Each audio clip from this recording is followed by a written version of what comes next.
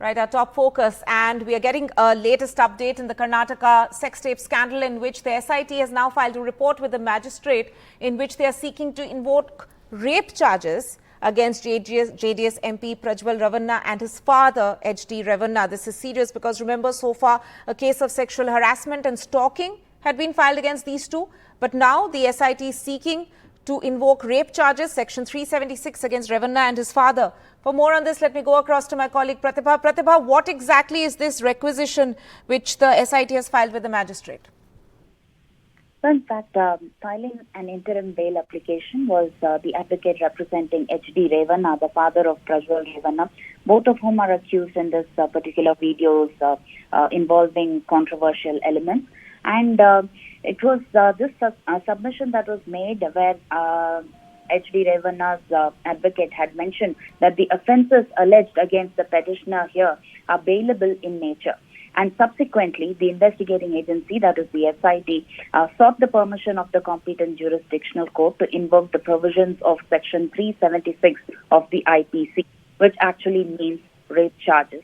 And he further argued that the petitioner himself has sworn to that extent. This is one of the hearings that happened at the Sessions Court today in Bengaluru. Well, the court adjourned this matter to tomorrow, where the SIT would be filing its objections in this regard, and we'll have to wait and see what will be the turnout of this particular case, whether or not the bail will be granted to HD Revanna. However, the question still remains as to what will happen to Prajwal Revanna. Definitely more trouble for both HD Revanna as well as Prajwal Revanna in this particular case. Right, exactly as Pratibha was mentioning, that permission, whether or not the magistrate court is going to grant or not, that is of course something which the SIT is still waiting for, but they have filed a request with the magistrate seeking to invoke rape charges very seriously. This would of course bring more stringent sections into the FIR that the SIT is looking into as far as this particular case is concerned. Shifting focus now to political news, and two key UP seats. Nomination deadline looms large over Congress. Those are the seats of Amethi and Raebareli, which are going to polls later. But whether or not the Gandhi siblings will be contesting from these Gandhi bastions, prestige seats held by the, which had in fact been held, one of them still with the Congress, but Amethi, of course, was held by the Congress at least till 2019. Whether or not the Gandhi siblings are going to contest from these two seats or not, that is a mystery which still remains. Nominations for both these seats, the deadline for the nominations expires on Friday. So there's of course a lot of political buzz going on about it, but till now Congress has not officially come out with the name of the candidates. There are several other reports, of course, on your screens there are posters coming up, fresh posters coming up of Rahul Gandhi at the Amethi Congress office. There's also reports of a roadshow which is going to be held at Raebareli. So there's a lot of guesswork which is going on, of course, at this point in time. Congress, of course, still very tight-lipped. Let me go across to my colleague Tanishq, who is joining me from the Amethi Congress office. Tanishq, we know that Mallikarjun Kharge, the Congress chief, actually met Rahul Gandhi earlier, and there was a conversation. Of course, there's still a lot of pressure there over on both Rahul and Priyanka Gandhi to accept the mantle as far as these two seats are concerned. But officially, there are no names yet. But what's the scene at the Amethi Congress office where you are at right now?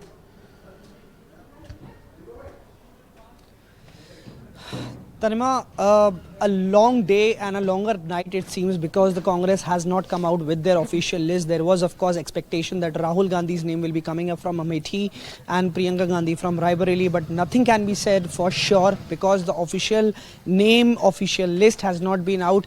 The party workers were there since the mornings, since this morning, and you know, of course, a truck was there, new posters were brought in, posters with Rahul Gandhi's face were put inside the district office of Amethi. But now, as of now, the party workers have also left.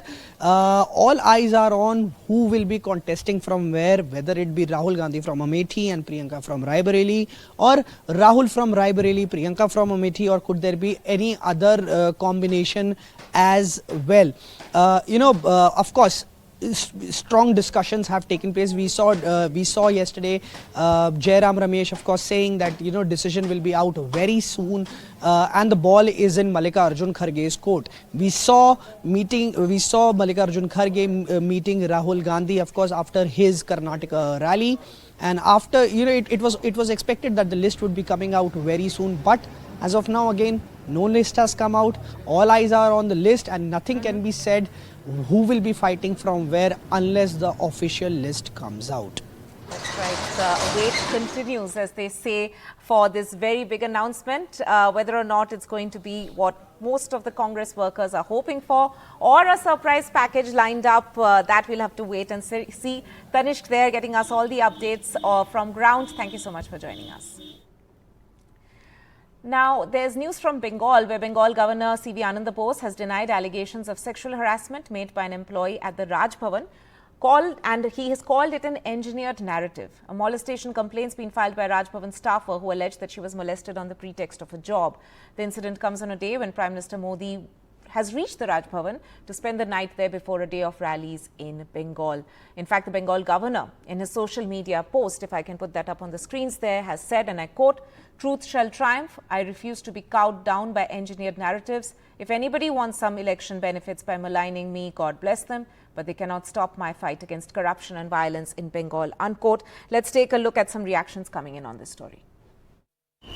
हम लोग जो है बंगाल में सब कोई जो है एकदम जो है चौंक गए हैं कि आप सोचिए राजभवन में जहां राज धर्म पालन होना चाहिए, जिस राज्यपाल पश्चिम बंगाल में संदेश खाली आते न आते वो पहुंच गए थे, नारी के पास, नारी को सम्मान, नारी शक्ति वाली बात, कितना सब बात करें, लेकिन देखिए आज उनके ही द्वारा एक नारी के ऊपर ये अत्याचार। ये आप सोचिए कि एक चेयर की जो गरिमा है, एक राज्यपाल के पोस्ट की जो गरिमा है, वो क्या कितना नुकसान पहुंचाया है। I'm joined by my colleague Saurabh Gupta for more on this. Saurabh, politics apart, what exactly do we know about this particular case so far? Well, as far as the process is concerned, what we've been given to understand is that a complaint has been filed at the Hare Street police station under the Kolkata police, and the police have taken cognizance of the complaint. Now, in the last few minutes, we've also received communication that the governor has banned the entry of police, also have banned the entry of Minister Chandrima Bhattacharya, who of course has spoken on this. Now, this is likely to become a major showdown between the governor and the government. There have already been several other issues on which the governor and the government have clashed.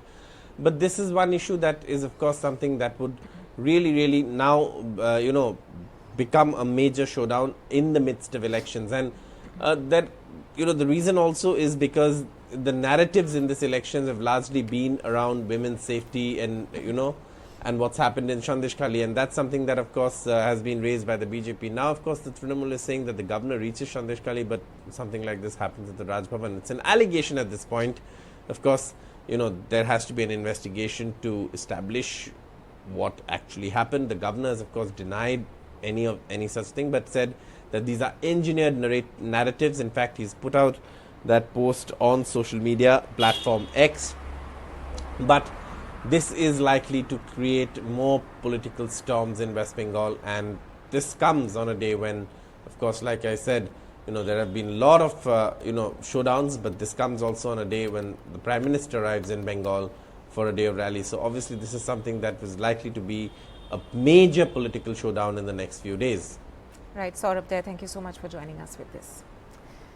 Now, the BJP's heavyweight MP and former wrestling boss Brij Bhushan Sharan Singhs won't be contesting the Lok Sabha polls this time. The BJP's instead named his son, Karan Bhushan Singh, as its candidate from Uttar Pradesh's Kaisarganj.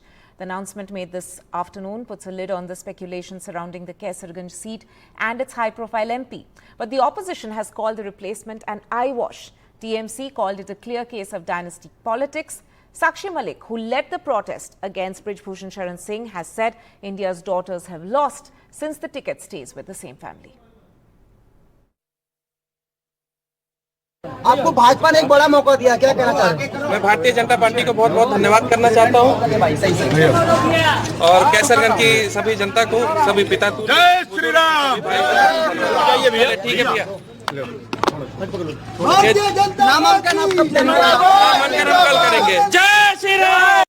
That the Bharatiya Janata Party has given a ticket to Sharan Singhs, who is the son of its former star MP Brij Bhushan Sharan Singhs, is shameful and disgraceful. Mr. Brij Bhushan Sharan Singhs has been accused of serious sexual assault by none other than India's Olympic medal winning women wrestlers. He's also been accused under the POSCO Act or sexual offences against children. To give a ticket to Brij Bhushan Sharan Singh's son is nothing but the politics of proxy. It shows that the BJP is not willing to condemn the sexual assault committed by Brij Bhushan Sharan Singh. Shifting focus now, and this is with regards to the Salman Khan firing case in which the accused had died in police custody. Now, the preliminary post-mortem report of that accused is out and it confirms death by hanging. But remember, this is, of course, just the initial post-mortem report which has come out. Prima facie, there's no sign of an assault on the body, though the viscera has in fact been preserved for final post-mortem report, which will come in a few months. Remember, the accused had died in police custody, and in the Salman Khan firing case, he was the person who allegedly supplied weapons. Remember, the firing took place outside Salman Khan's house in Mumbai on April 14th. Preliminary autopsy report is out at this point, and the doctors have said that Anuj just died due to hanging, at least as per the primary reports, that there are marks found on his neck, which suggest that these injury marks are typical to those found when somebody dies due to hanging. So that's the preliminary report. No other injury marks on any other parts of the body. That is something that the doctors have confirmed to us. Doctors say that there's no blunt force used. There is no, sign of torture, a sign of any other, assault on any other parts of the body, something that the doctors have confirmed. At this point, of course, more tests will be done before the final report is out. This is as far as the primary post-mortem report is concerned. Viscera has also been preserved for further analysis. Of course, this post-mortem was conducted at JJ Hospital. This was videographed. It was this proceeding went on for an hour. Post which, of course, now the body will be handed over to the family members who will be in Mumbai tomorrow. So remains to be seen, what the kind of allegations will be made once the family comes. Remember, we did hear from Anuj's brother, who had been maintaining that he was in fact tortured and murdered and so on. But the reports suggest otherwise. At least the primary report suggests otherwise. But this also, of course, the entire incident raises question on the security apparatus, the security arrangements as far as the lockup in Mumbai Police Headquarters is concerned. We'll slip into a short break at this point. More news and updates on the other side. Stay tuned.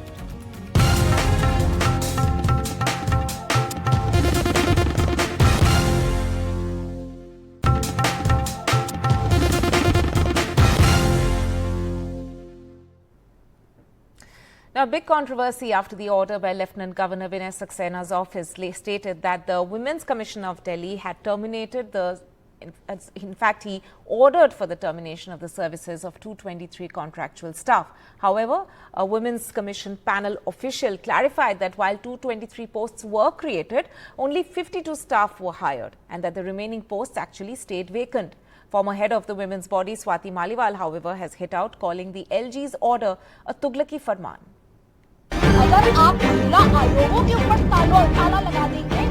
Delhi government versus LG reignites once again.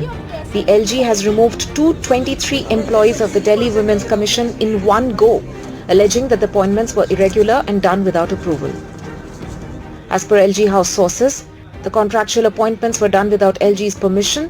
As per the DCW Act, only 40 posts can be sanctioned, and that DCW does not have power to appoint contractual employees on its own. मैं स्वाति मालीवाल जो राज्य सभा की सदस्य निर्वाचित हुई हूँ. This comes in close on the heels of the face of the Delhi Women's Panel, Swati Maliwal, heading to Rajya Sabha on an AAP ticket. Maliwal lashed out at the LG, calling it a Tughlaki Farman, and that if this order is to be followed, Delhi Women's Panel's work will come to a standstill. This is a completely Tughlaki order by Honorable LG.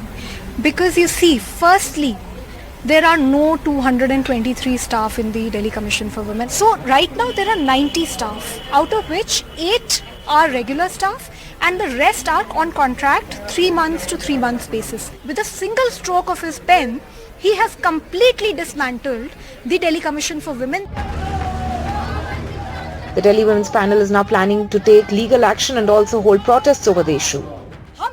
There have been frequent run-ins between Delhi LG and the government on several issues, including Delhi government still being hemmed by a CM in jail. In an official statement, the Women and the Child Development Department has now informed that it has removed 52 contractual employees from the DCW, citing illegal appointments. Now, with this, certainly yet another chapter has been added to the Lieutenant Governor versus the Delhi government row. Now, in Delhi, with camera person Arun Negi, this is Ishka Verma for NDTV.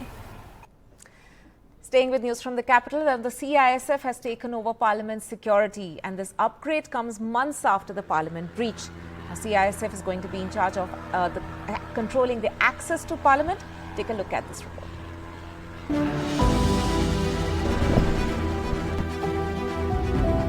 Men in black slithering down on the top of the building known as the seat of power in the country. This is not a scene out of a movie, but mock drill being conducted by NSG at the Parliament building. However, the CISF has taken over security from Parliament as building security gets an upgrade. Mock drills like these are held every week. NDTV has accessed details of an expert committee report to MHA, which says there are gaps at 8 entry points. Access to the building will be monitored by the CISF. CISF will also scan luggage being brought in. Even shoes will be scanned. लेकिन मैं नहीं समझता हूँ कि CISF एक उपाय है कि हर जगह उसको डाल दिया जाए. मैं समझता हूँ कि CISF जो कि अत्यंत ही संवेदनशील बिल्डिंग्स हैं और संस्थाएं हैं वहाँ पे डालना चाहिए. This security overhaul was ordered shortly after the breach at Parliament, where 2 individuals entered the building, reached the well of the lower house, and even opened smoke canisters. The intruders had managed to sneak in the smoke canisters in their shoes. While the security upgrade has been implemented, keeping in mind all lessons learned from the breach, NSG is also kept on standby in case of emergencies. Onus of Parliament security does not only lie with security agencies, but members of the House are equally responsible. Many a times complaints have come forward in which members have asked security officials to relax rules, to let their supporters inside the building. And that's the reason why security breaches happen. In New Delhi, this is Neeta Sharma reporting for NDTV. Now, India has reacted after Canadian Prime Minister Justin Trudeau attended a Khalistani event. In fact, the MEA today said that Canada is giving space to extremism and encouraging a climate of violence.